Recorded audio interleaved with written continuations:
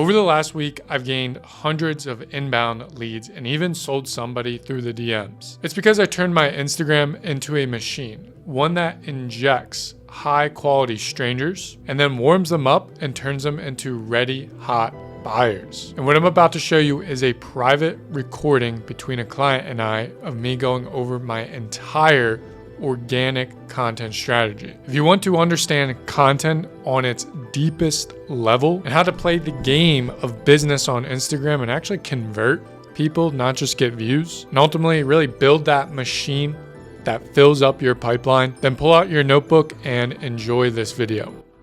I don't know if you've seen my Instagram lately, but it started to pop off pretty well. Like this video has 14K views, 3K, 2K, 2, 11, 1,000. This one has 5,000. So I feel like for a while, I was in this situation where I was creating all this type of content and I was stuck around 300 to 600. Maybe sometimes I'd break out and hit 1,000 viewed video. I feel like there's a couple things that I've done. I switched my mindset a little bit, switched how I'm approaching Instagram, because as nice as it is to create all this type of content, and I still think it's very necessary, if you're not injecting new leads into your Instagram, and you're always just going to get pushed to this pocket. The way the algorithm works, it like pushes you to a pocket of people, you know, always getting pushed to the same pocket of 500 people.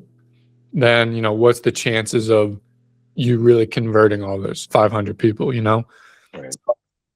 I switched up my approach a little bit. I was like, you know, I need to be seen just a touch more, just so that I can get the ball rolling, get more eyeballs on me.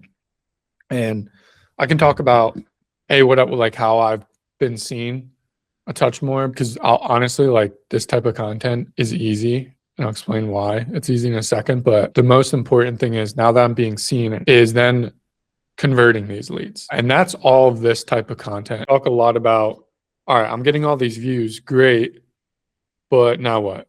But yeah, let me just start off with the switch I made to get more views. So before, right, I was getting 400, 500, sometimes I'd get 1,000 views, 700, 800 here. Wasn't really having any breakthroughs. And it's not because this content is bad per se. This is the strategy that I'm going to be still sticking with, but now people are actually seeing me. So I'm going to be creating videos that would technically get less views. But since I'm having these videos that are injecting people, you know, like, well, this is technically a video, this one here would have gotten me less views if I didn't have this video here. What was going on here when I was getting a lot less views is I was super freaking niche, almost like way too niche, just strictly talking to my ideal client using language that calls them out. And I was just way into the weeds of just trying to convert these 500 to 1,000 views that I'm getting. Like I said, that's not necessarily bad. It's going to be great now if I continue to create content like this, now that I am injecting leads. But yeah, it was just way too niche. I think at the same time, it's so important to only speak to ICP. You know, if you're attracting a ton of unideal leads, then what's the point? You know, we're not playing the game of Instagram. We're playing the game of business. I mean, that kind of goes back to like one of my core points is view your Instagram as a machine. You know, not one piece of content is all of a sudden going to sell somebody. Even with these pieces of content that I have right here that are going semi-viral, I call it niche viral. I'm not expecting this to convert somebody. You know, I'm going to be creating all different types of content to really nurture them. So each piece of content is feeding into the bigger machine, which is to turn a stranger into a buyer. But going back to the real switch I made was, you know, I came to this point, like, all right, I'm getting 300, 500, 1,000 views. I used to make content that went viral. You know, on my previous page, we can look at it before, and I can show you, like, you know, I know how to get views. But when I ran with that strategy a while ago, it started to attract a lot of unqualified leads that just couldn't convert. That's why I was like, you know, I'm never going to try to go viral like I was going viral before, like 600,000, 200,000, 500,000 views. I'm going to try to go that viral because all I want to do is feed my machine with quality people. But there comes a point where I just wasn't even getting quality people, new quality people injected at the rate that I wanted quality people to be injected. So I really just switched my intentions. I switched my intentions from, okay, instead of going super, super niche, let me try to go a touch bit broader. That's kind of how virality works. The broader you go with the topic, the more people that it's going to resonate with. So if you're just in this zone of 400, 900, 1,000, or whatever your average is at the moment, let's say your average is 2,000 views per video. If you're in that zone, it might be worthwhile to create a piece that's just a touch bit broader. I view the algorithm or how I'm creating content as a bubble, right? So all the content I was making previous to me going semi-viral was this content that was just speaking to my ideal person the whole entire time, super, super niche. And I needed to expand outside that bubble in order to potentially collect ideal leads. But you also run the risk of being pushed to a ton of people who aren't your ideal, who wouldn't be a potential ideal customer of yours. So what I'm trying to do and implement in my strategy is more of this, I'd call it in between a top of funnel and middle of funnel content. I'm making my topics a hair broader just to get pushed into this range of 10,000 to at most 40,000 views. That right there is what I call niche virality. Okay. Any more than 40,000, sure, like it's not a big deal if you end up doing a video that does 100,000 views or even 500,000 views. But in general, just trying to stay at 10,000 to potentially 40,000 views. And if we look at my page, this one started to go a little bit viral, 5,000. And then I had this one, 11,000. And then I had this one, 14,000. So I'm right in that range where it's going niche viral. It's speaking to the people that it needs to speak to. It's allowing me to be just like pushing my bubble a little bit and allowing me to be seen by, yeah, sure, some unqualified leads. But since I'm expanding how the algorithm is pushing me out, it is touching on those qualified people. But I'm sure you're probably asking at like this point, okay, so how do I go like niche viral? One, for me, it was setting the right intentions for Instagram. For a while, I wouldn't say I was viewing Instagram as a liability, but I started to, in a way, fall out of love of creating content. I feel like a lot of coaches kind of reach that point of falling out of love with content. That just, I feel like I don't need to explain why that affects your content, but you just approach content like it's a chore, content like it's a liability.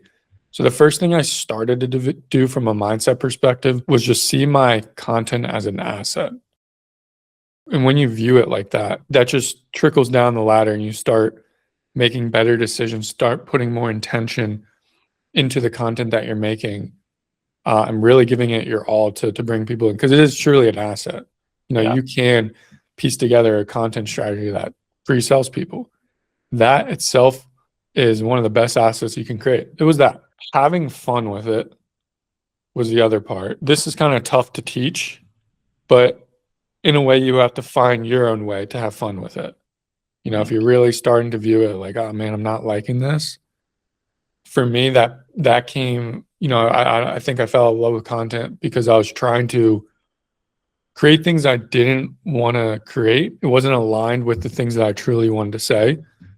So I started to have fun. And I think that's also like bringing out my authenticity, which is huge. This not necessarily a key factor into going niche viral. Maybe it is, but more so viewing it as an asset and setting the right intention. At the end of the day, I still needed to go niche viral. So how did I do that? I've said it before. You've probably heard a lot of people talk about it, but it truly comes down to this right here. SLA, stealing like an artist. And I've been doing that.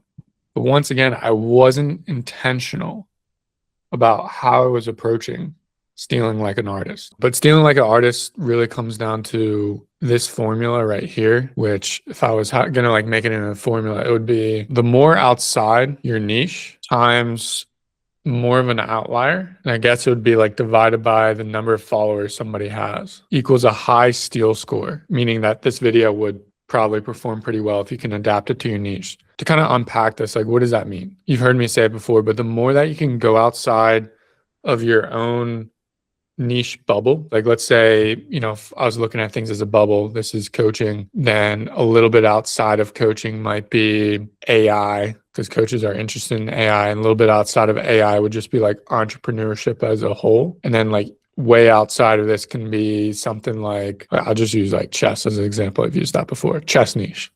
There's a lot of chess content online. So that would be like way outside my bubble. So if I can find a winning topic inside the chess niche, or winning concept, winning idea, that is also an outlier, meaning the video performed pretty well due to the average, more so than the average of the creator that I'm stealing it from, divided by the less followers. So if this, let's say in the chess niche, found an outlier video, got 20,000 views, and the person that made the video only has 2,000 followers. Ooh, that's a good topic. Because it wasn't his authority that made the video go viral. The more I can steal a video like that, some sort of concept, the better it's going to perform. The only caveat to this is sometimes the further you go outside your niche, A, the harder it is to find an outlier, and B, the harder it is to rework that into some sort of topic for yourself. So the video that I started off with, like that kind of was the catalyst to everything, was this right here, the tier list. So the tier list isn't anything new now. This actually was stolen from the chess niche. I think some guy on YouTube made like a tier list for chess moves or something, and then people in different niches started to take the tier list video. I've made one before, and it did like semi well here, 1,700. But I noticed somebody inside my niche kind of reworked it into a little bit better of a format, and it was a big outlier for him. So at this point, leading all the way up to this, I'm getting 300, 400, 600, 400 views. I was like, all right, I need to go semi-viral. So I found an outlier from somebody inside my niche, and I was quick to make it happen in terms of turnaround time of getting my video up. So it just performed really well because it was an outlier. Like the concept, the way the guy approached it was a little bit different in the tier list, in the regular tier list fashion. And I just took his concept and reworked it for mine. With this video too, I was super intentional about who I'm targeting, how I'm starting off the video. I start off with like very broad ideas here. I say transformational post gets you views, authority gets you sales. Like those are very broad kind of topics. As I go on here, I then begin to filter people out by the more narrow niche topics that only my ideal client would probably know of. I start saying things like belief shifting, NLP, some other things I'm sprinkling in there, testimonials, positioning, telling versus showing. Those are very like niche things that are opening up curiosity. But the key to this video was that I started broader. And the format change, a little bit of like reworking the format from this one. Like this video performed well, but I started off with the topic of unique mechanisms. It's like, all right, you have to be my ideal client to really know what a unique mechanism is. So it's not going to get pushed super far. So that's why this one didn't perform well. And this one ended up performing super well, is because I hit on a couple things. One, it was an outlier video. Two, it was working in other niches super well. Three, I was more intentional about how I'm approaching the piece of content to make it super quick, super snappy. And then four, touch broader, just to like get a little bit outside of my bubble and resonate with people who would like the video, who are probably doing what I'm trying to do, but potentially they just want to know how good content works. But also my ideal client wants to know how good content works as well. And then I'm thinking of my content as a funnel. So we have top of funnel content, middle funnel, and bottom funnel. Top of funnel, I'm trying to get seen by a new audience, and I'm going broader. And with that, when I go broader, sure, I'm not speaking on every little thing that, trying to get somebody to totally view my perspective and how I see coaching and how you should be operating your coaching business, which is ultimately going to let me sell them. I'm just trying to be seen. And then I let my other content belief shift them into my mechanism, into me, and sell them on like why I'm a great coach, why my mechanism is the best mechanism. So going broader is key here. And the way you do that is the outlier method or the SLA method, stealing like an artist, finding a good concept that is working in a different niche, or it could be in your niche, but it's maybe a broader topic in your niche. And you utilize that just for yourself to be seen by other people. You know, let's say out of 100 posts, only I would say 10 to 20, maybe 20% on the high end, I'm trying to go niche viral just to inject some new leads. So it's not like this is the core strategy here. Yeah. But if you're always in this zone of 500,000 views or whatever your average is, and you're not, no new followers are coming in, then this becomes important. And then back to your idea of, yeah, finding an outlier. I was talking to Travis the other day. A good example of this is, you know, I created a video that was titled Post Like a Girl. This was an outlier video for me and my niche. Travis is in a different niche, more about like identity rewiring. I was like, well, dude, what if you, like, this is a proven concept. What if you take this concept and just rework it for your, for the way that you want to teach people?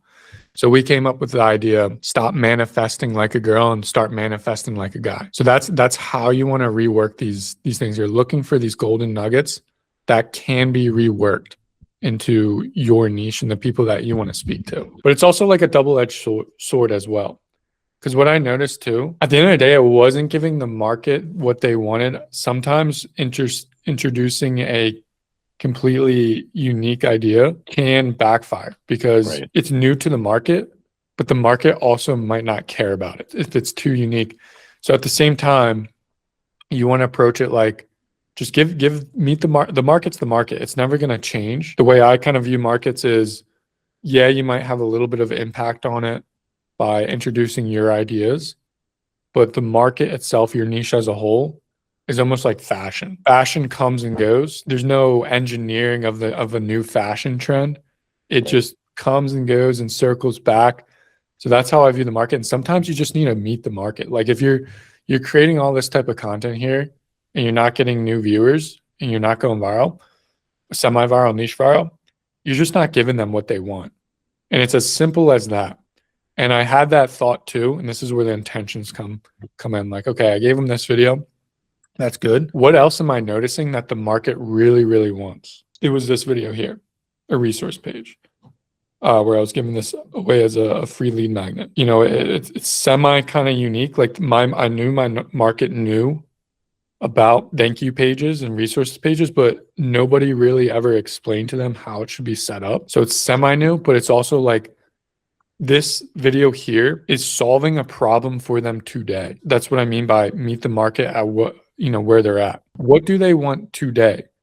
What's the quickest thing that you can give them? Or excuse me, the best thing that you can give them, the most valuable thing that you can give them that's going to solve a problem today, not the grander problem, not the full outcome that you promise in your offer, but just some sort of stepping stone. And this resource page was 1000% it. Here's a resource page that you can take for yourself, set it up in a day if you want, and it's going to help sell more leads before they come to a call. Problem today, solved.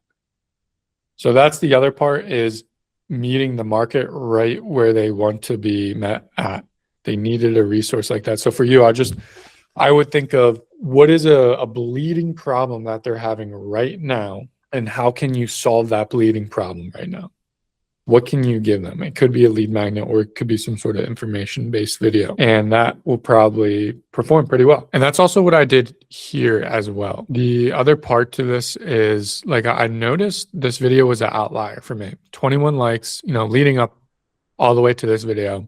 I never had a video get this many likes, and then like a very big person in the space is commenting on it, like agreeing with me. This was all also just came from figuring out a gap in the market that needed to be solved. And I just took a look at my market as a whole and realized that, you know, you're not totally ingrained in my space, but there's so many people, the way that they market is flying around, showing themselves on first class, penthouse in Bali, traveling. I'm like, man, fuck that. Like, what about these people that have families and have obligations and have significant others. Like you can't be going out and doing all that.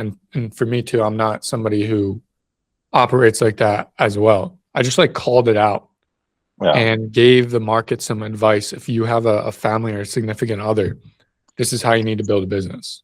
So I met the market at where they're at. And there was some other indications that I noticed when I created this video that I knew it was going to do well. I saw somebody else create a video in my niche that was about, you don't have to always market the outcomes and showcase your lifestyle and showcase your entire story online. And that video did semi-viral in the niche. And I was like, okay, how can I take that concept? It was an outlier. It's also me in the market where it's at, and create a video off of it. So yeah, that's the other part to it. It is a double-edged sword if you're trying to find these unique ideas that might be a big outlier in a different niche and you try bringing it to your niche. You do run the risk of it not working. But the upside is it does work. It's probably super unique to your market that people are just going to flock to it and really start to follow you off of it. Yeah, that's how I'm really viewing this top of funnel content.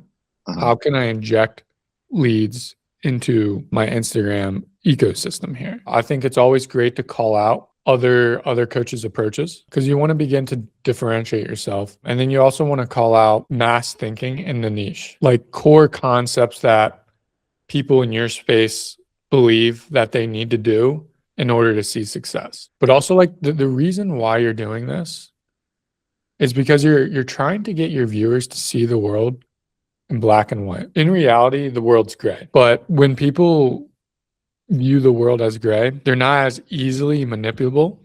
And it's not bad to manipulate people, right? You can manipulate people for good. And if you look at politicians, that's all they try to do. Is get you to see the world in black and white. You're either on my side or you're not. Right. So when you're being controversial and calling things out, you're getting people to either see you as white or see you as black. But this actually is so much better, even if you're pushing people away, because since the people that do see you as white, now they've adopted your worldview, they adopted your perspective, they're on your side, they probably see you as authority. Now the methods and things that you teach are going to logically make sense to them. So that's why we try to go controversial. Other things though that you can call out is things for your ideal viewer. So this is a little bit different, like type of content from your ideal client or your ideal prospect. Your ideal viewer is just somebody who shares the same values as you, shares the same beliefs as you. It's not necessarily like you're making this content to convert somebody, but you're making this content to sell people on you in a way. And it's in your benefit as well, right? Like if you want to work with great people, you want to work with people that probably share the same worldview as you, the same beliefs, the same values. And you can be controversial when you call things out. So I also created a video here because I knew if I wanted people to side with me, and this is pretty controversial video. And you can see I'm like getting kind of hate from this girl here. But this video doesn't even have to do anything with my offer. It's just more about who do I want to attract? Who is somebody that I would want to hang out with and talk to at the end of the day? And it was this video, and you don't have to agree with me on this, by the way, but it was just this video concept of if somebody is married or you have a fiance, your boy's about to get married, and his fiance is posting a bunch of like pictures of just her on her Instagram, then you got to tell your boy to like get out of that relationship because she should also be posting you. So what that does, like you can see, I'm getting some great comments here. Like this is a great piece of content. Like people are just agreeing with me and they're like, oh, I like Brett now because he said this thing that's controversial. I was thinking deep down inside, this sounds like somebody I can work with because we share the same values and beliefs about the world. So this is what that's doing. It's being controversial, but it's also really developing out my character as a coach, and the people that would want to work with me. It's attracting those individuals. So you can also call out just regular beliefs that you have about the world. Doesn't even have to do with your offer. Just know that you're making it for the ideal follower. But in the most part, like I would say if I was going to put a percentage on it, probably 70% would be more so calling out like the way other coaches do things and then mass group think. And then 30% is this more, here are my values and here's me trying to make it controversial. So That's controversy. As far as how I'm now trying to like take these leads that I'm getting, because we just jumped up in I think like 200 or 300 followers the past couple days, which is awesome. But now I need to convert them because, like I was saying before, I know these pieces of content aren't necessarily going to convert anybody. What is actually going to convert some people? And it's more of this middle of funnel, bottom of funnel type content. All I'm really doing with my middle of funnel and bottom of funnel type content, I guess the core essence of it is just getting people to see that I'm an authority and I can help you. Another half to that is getting them to adopt my belief system and how they should be seeing success so that purchasing my program becomes the logical next step. So if we go back to this bubble right here, this is the middle funnel and bottom of funnel content. They're very intertwined, I would say. Like if you're going to ask me what's the difference between middle funnel and bottom funnel, I would say don't even worry about it. Middle funnel is maybe a touch bit broader that it could potentially go niche viral, and sometimes middle funnel content does, or sometimes even bottom of funnel content does if it's done right. But in general, this content's going to get not as many views. Those pieces of content, depending on like your average or the amount of followers that you have, I'm just trying to hit anywhere between 1,000 to, I would say, like 5,000 or maybe 10,000 max in views with this. Because if my content's going any bit broader than that, that means I'm not truly doing what's necessary to convert an ideal customer. I'm not speaking to them enough. Okay. But as far as how I'm viewing middle funnel and bottom funnel, it really comes down to this tree right here. So the trunk is your belief system. This is the core opportunity that you want to lead viewers to believe into. That ultimately, if you got them to believe in this one thing, it would systematically like dissolve every underlying objection. This might kind of throw you in a loop, but my belief system is belief system. So that's what I'm trying to get people to believe in. So if I can get them to believe that developing out a belief system is what's going to get you to the transformation, more money, all that type of stuff, it's going to get you to that transformation much easier, much faster, much better, then my viewer, the logical next step for them is either A, to try to implement it themselves, or B, purchase my program because they fully believe that's the right pathway to see success. So that's what I'm trying to do in all my pieces of content, in my middle funnel and bottom funnel, is belief shift people towards the greater belief system. Each piece of content is like a branch. I'm not always necessarily talking about here's my full-on belief system, here's why you need to believe in it. I'm just dropping little nuggets that are a part of my belief system. So to give you more accurate information on that, I would create a video like, let's see here, the art of attracting a rich lead.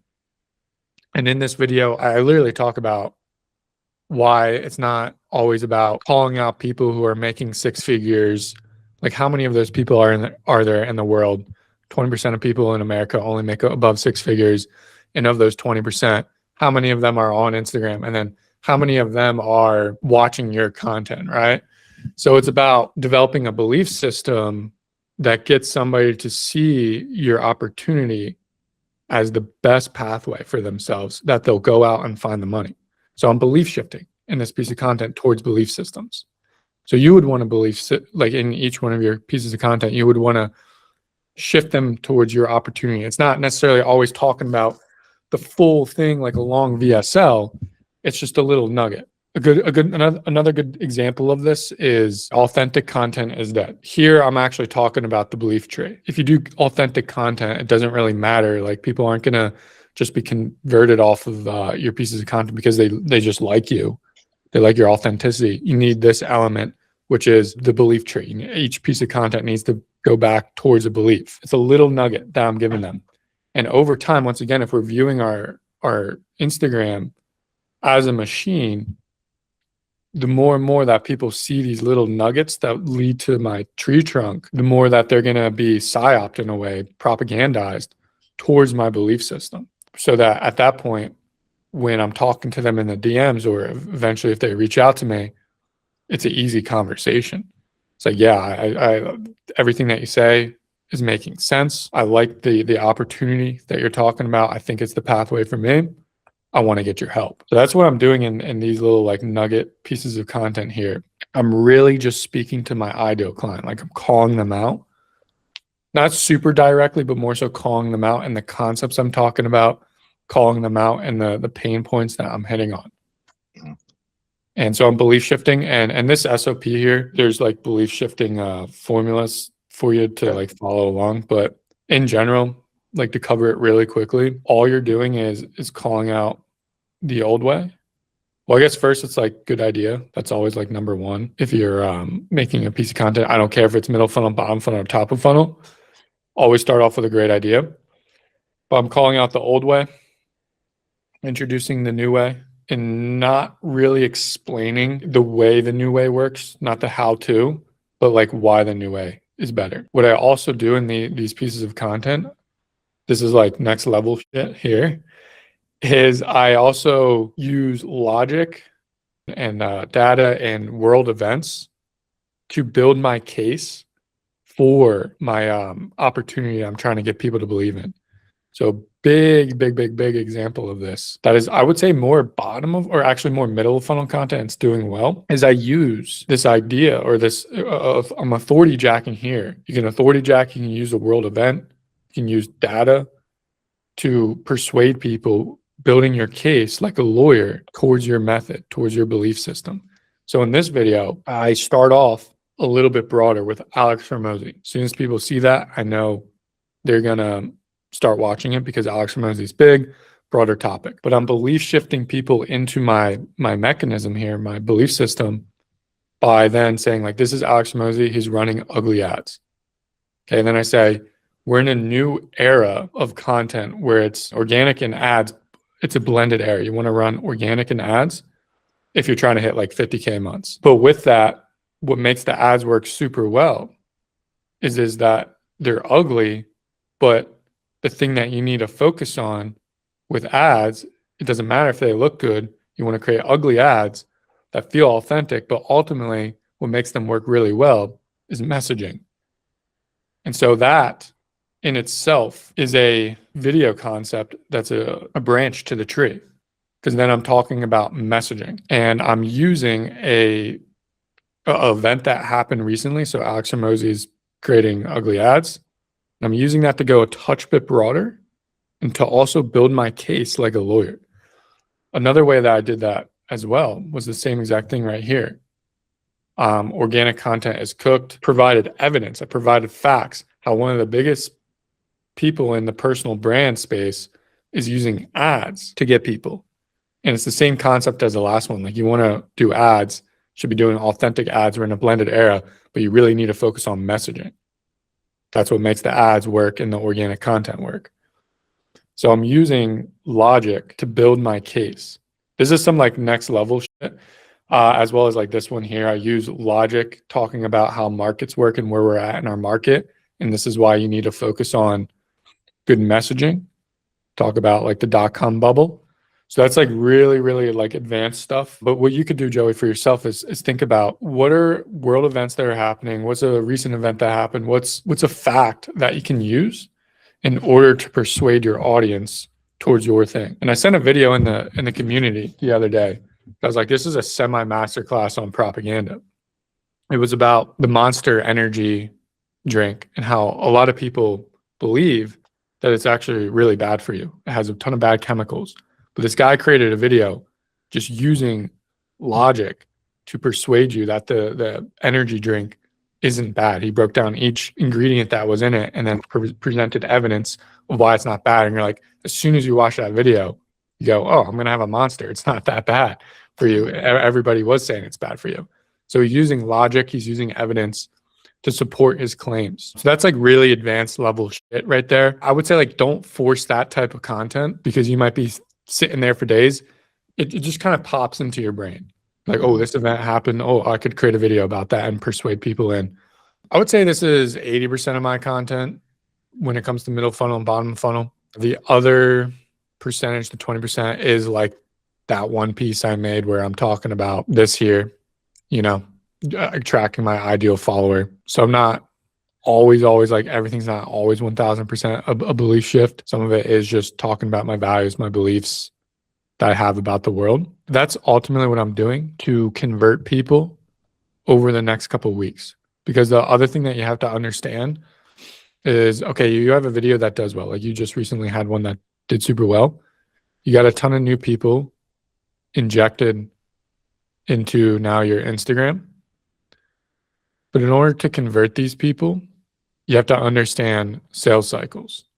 So in my space, since a lot of people are super skeptical in my space, super untrustworthy of coaches like myself, I know it's going to take 30 to potentially 60 days to convert somebody just from organic content alone. Now, somebody can come in much, much earlier than that, and it's already happening. Like we already sold somebody in the DMs the other day. But in general, I'm like expecting people to convert in 30 days. So my job now is, since I created this more top of funnel content, now a lot of the content pieces I'm going to be making are this right here. And it's all belief shifting. Now, other parts to this that I'm focusing on, and we've talked about it before, is these mini VSLs. Mini VSLs is a great, great, great way to present yourself as an authority and just showcase how you help people. In general, I'm using belief shifting in this, but I'm just showing how I get results so people can now see me as an authority. And so some content pieces that look like this, going back to like this rich lead one, that's definitely a mini VSL. Here's how to attract a rich lead. Here's proof of how I did it. Here's a payment that I got, so proof. And then I just go through it like step 1, do this, step 2, do this, step 3, do this, right? I think the important part of the mini VSL is showing proof. Typically, I'm also leading people towards a lead magnet on this. If you want the full breakdown, comment rich and I'll send it to you. I'm pushing people towards YouTube to get them to watch more stuff and spend more time with me. But in general, you don't have to necessarily create these pieces of content with a lead magnet. You can just create it without it and break it down. But you're just showcasing how you help people and why you're different, and a touch of belief shifting in that. So I'm using these mini VSLs. The other part here is authority content. In general, I also say another really, really big switch for me, and the reason why I was able to sell somebody in the DMs, and I don't recommend selling in the DMs. It only really works for if you're in my space and you're selling to the people that I'm selling to, because they're so adapt to investing into themselves. But I would say any other coach, just like get somebody on a call. But there is proof in the pudding that I'm able to sell people in DMs. If you do this type of content, it can lead to much better calls for you, which is really just presenting yourself as an authority. The switch for me, and you've heard me talk about this, but it's so important, is I content versus tell content. The more that you can make your mini VSLs I content, the better. So you'll notice, like, if we go back to that video, this is here's how I attracted a rich lead. Not here's how to, and here's the proof that I did it. And you don't even need a study on this.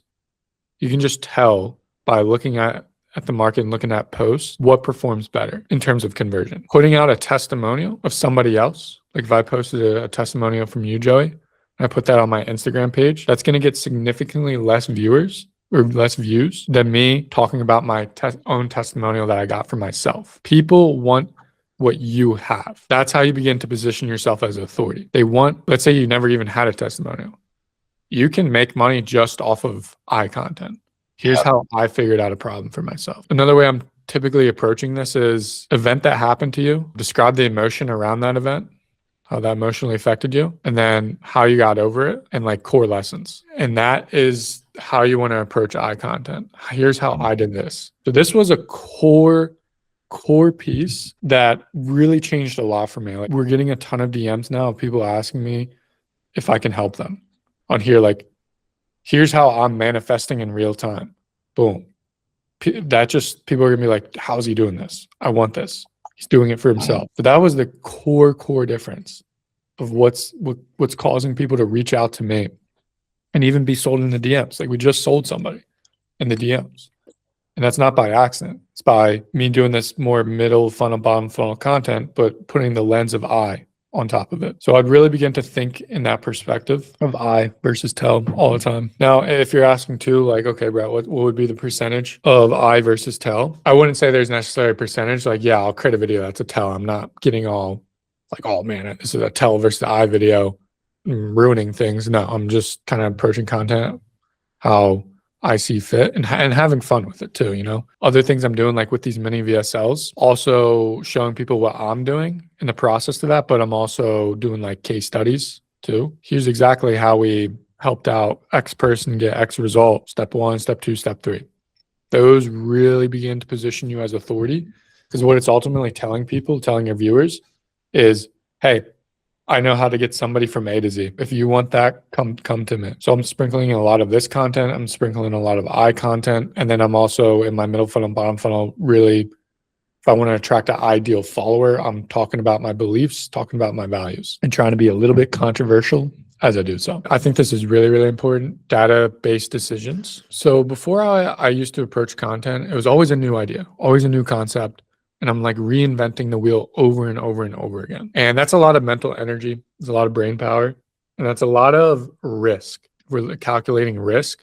It's risky to try to create a new idea and spend the resources, the energy in doing so and presenting that to the market. Now, sometimes it's worth that risk. But why do that when you have ideas from the past that you can rework and make it perform potentially better and not have to go through that like whole process of trying to figure out something new?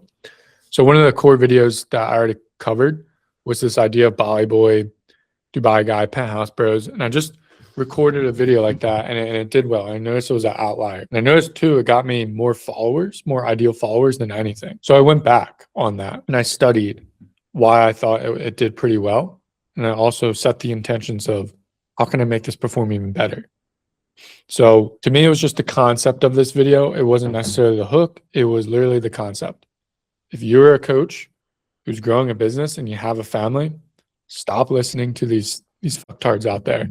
It's not good advice for you. Then I approached it, okay, how can I package this better? How can I package this idea better? And that's where I came up with family maxing. So with this, I knew that video was going to perform well because I've been seeing, this is like finding outliers. I've been seeing this idea of maxing. I'm not sure if you heard about it, Joey, but there's like looks maxing, fitness maxing. Like I've been seeing that pop up, identity rewiring maxing. Like I've been seeing those pop up in different niches. And each time they popped up that core idea, that core angle of maxing, it did well. So I thought about it. I'm like, okay, this video performed well for me. Let me dissect why. Okay, I think it's just this concept of there's probably a lot of people out there that have families but also want to grow their business and they don't want to listen to these 18-year-olds giving business advice. And I'm like, okay, that's the core idea of what worked. How can I package it better? Ooh, family maxing. I know that was an outlier, this whole maxing thing in a different niche. Let me bring it to this concept. So I just made the packaging a touch bit better. Yeah, just even saying family maxing really intrigued somebody. And the video ended up performing pretty well. So I'm constantly looking back at what I've already posted and how can I make it better? So if I go back here, like I'll probably I already did the family. So here's the family maxing here. And then I did it again here because I knew it would perform probably the same. But if I go back like, okay, how can I take this video and rework it and make it better? How can I take this video and say it again, but also belief shift people into my belief system? And this video I did so, but I know now that I have leads being injected. Pretty sure if I made that video again, there's a good chance of it going pretty semi-viral, niche viral. We're doing well with the core audience that I have now. So I'm looking into data like that to determine my next piece of content, my strategy. So I'm not reinventing the wheel every single time.